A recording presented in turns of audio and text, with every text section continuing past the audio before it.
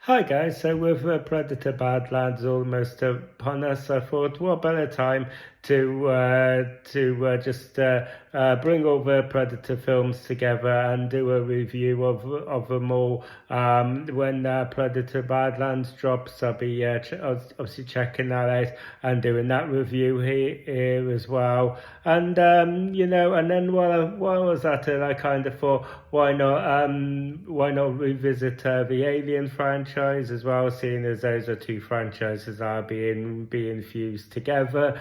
And then instead of just ranking all the Predator films or ranking including Predator Badlands, or doing the ranking of the best Alien films, I thought I'd do something a little bit different here, and I'm going to bring all of the Predator and Alien films together and do a ranking of all, I think it'll be 15 films in total, and then just rank from the worst to the best to bring in, having those two franchises have another face off as because also I kind of thought that there'll be something sort of like, I don't want to be presumptuous, but I figure like when we're doing a ranking of the Predator films, it's always going to be we can all kind of agree that this original Predator is our favorite, or maybe some people might say Prey as well. Might argue that it gives it a run for its money. And with Alien, it's always Alien and Aliens. So when you're pitching Predator against Alien or whatever, or then it all becomes a bit more interesting for me, and I to the point where I'm not even sure which way I'm going to go on some of these. So yeah. Anyway, so yeah, all of that sort of is coming your way. So be tuned for that. Because a lot of Predator and Alien content coming your way. Anyway, so without further ado, let's get on to this review of the original. Where it started with Predator from 1987. In case you've been living under a rock and you don't know the plot of this story, the plot is a very simple one where Arnold Schwarzenegger leads a team of soldiers into Central America rainforest on a rescue mission to rescue these hostages, which they later find out have been CIA agents. And then they just, and after they've completed this rescue mission, they find themselves being picked off one by one by this alien form, Predator that can camouflage itself within the forest and just has very high tech and can it just starts picking up off one by one. And honestly, I think that this movie is just a staple mark for action films, especially of that of that era, to the point where I can't even remember how old I was when I originally watched this movie, but I remember that it was one of those movies where I kind of like had to I remember as a kid having to kind of like sneak downstairs. My parents wouldn't let me watch a lot of R-rated movies, so I'd have to be kind of a bit crafty about it. And it was so even with just some of the little snippets I had kind of got in from this kind of like preconception, I remember I had to, in my pre-teens, I started to doing some creative writing, and I would always end up by my own admission just kind of, if I found myself wanting to write this cool badass action story, I would end up basically just by my own admission just ripping this up, because this was just, and I always kind of think about that when I think about this original Predator, because it does just feel like such a staple mark for action movies, and I don't think it's even hyperbole to say that this is just such a benchmark. Everything about this is just so iconic, right from the Predator's design to the infrared vision that the Predator has. Obviously, we have Arnold Schwarzenegger here, who is also on great form, but he's met by our own Apollo Creed, Carl Weathers. We have Jesse Ventura on here. Interestingly, we could have had Van Damme in here as well, because Van Damme was originally up to play the role of a Predator. He had issues with this, so he ended up dropping out, and then he ended up getting replaced. So yeah, I mean, but so there is a lot to enjoy here, and the pacing is so good. Like there's never a scene or a moment in this film where you're bored. It's just, and I think that's a real testament to the director John McTiernan, who had also directed Die Hard with a Vengeance, Hunt for Red October. He would end up a little later reunite with Arnold Schwarzenegger for Last Action Hero as well. So this was a director that was really competent in the field and really understood action movies. And this is just probably one of the best, on the par with Die Hard. This coupled with Die Hard, should I say, is a real kind of testament to how well this director understood action movies. Like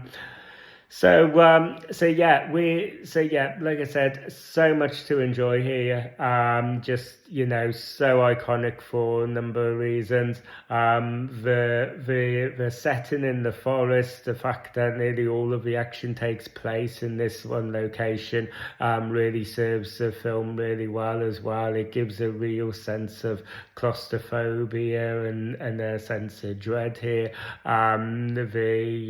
The score by Alan Silvestri really helps as well. I think that it's one of the rare Arnold Schwarzenegger films as well, where it almost doesn't feel like entirely an Arnold Schwarzenegger film, if that kind of makes sense. I mean, kind of like elaborate. I think that because I think there's a lot of Arnold Schwarzenegger films, and I think it would be unfair to signal Arnold Schwarzenegger out here, I think, because I think you could say this for a lot of action heroes, especially a lot of action heroes around at the time, like Sylvester Stallone, and Dolph Lundgren and Jean-Claude Van Damme and all of that, where you kind of, the movie very much rests on their shoulders. They are, the focal point is purely on them, and everything else is just kind of background noise a bit. You always have that kind of setup. And here it doesn't feel like that. Here it feels like very much the Predator, just like in the film, is going very toe to toe with the presence of Arnold Schwarzenegger in this film. And it really does, I think, because you have like people like Carl Weathers and Jesse Ventura and all that as well, and you see them getting kind of picked up one by one.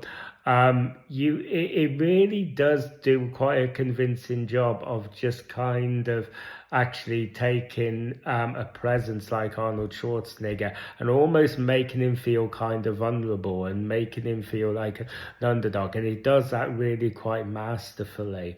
I think there's a very overly masculine, testosterone fueled feel to this. This is very overt. This doesn't really hide it. This is very plastered on the surface of this. They used very overtly. Probably one of the most biggest examples of this is right at the beginning, where we see Arnold Schwarzenegger and Carl Weathers exchanging what has to be the most testosterone fueled handshake that turns into some sort of semi-arm wrestle, and then we have Arnold Schwarzenegger bantering, saying to Cole Weathers, "What's the matter with this? I got you pushing too many pens," and stuff like that. And it's, you have all of that kind of like testosterone meathead kind of fueled masculinity that just ends up getting flipped on its head by this story and by the Predator. And you see all of these guys just slowly getting picked off one by one. And in that sense, you could say that there are some people will say this is a very alpha and manly film. I think other people could also view this as kind of like a critique on masculinity, I think, and a critique on, at least on the masculinity kind of present in 80s action movies that were very typical of this time. I think that that's another thing to appreciate about it, that there are kind of like layers to this this story. So yeah, just on the whole, really solid movie. Like you said, absolute classic in its own right. And if you're somebody who has been for some reason living under a rock and you still haven't checked this out, then I would absolutely recommend checking this out, because really cannot, like I said, it's really not hyperbole to say that this is, a real staple mark in action films. That's pretty much it. Thank you guys for taking the time to watch this video. If you enjoyed this video and you want to see more, don't forget to ring a bell for notifications. Don't forget to like and subscribe. Like I said, I'll be reviewing all of the Predator films, all of Predator Badlands. I'll be reviewing the Alien franchise as well, including Alien Earth. And then I will bringing all of these together, with the exception of Alien Earth. Obviously, I won't include that in my overall ranking for kind of like obvious reasons, but in terms of, I'll be bringing all of the Alien and Predator films together and ranking them from worst to best. So stay tuned for all of that, guys. And until next time, I will see you guys on the next video. You guys take care.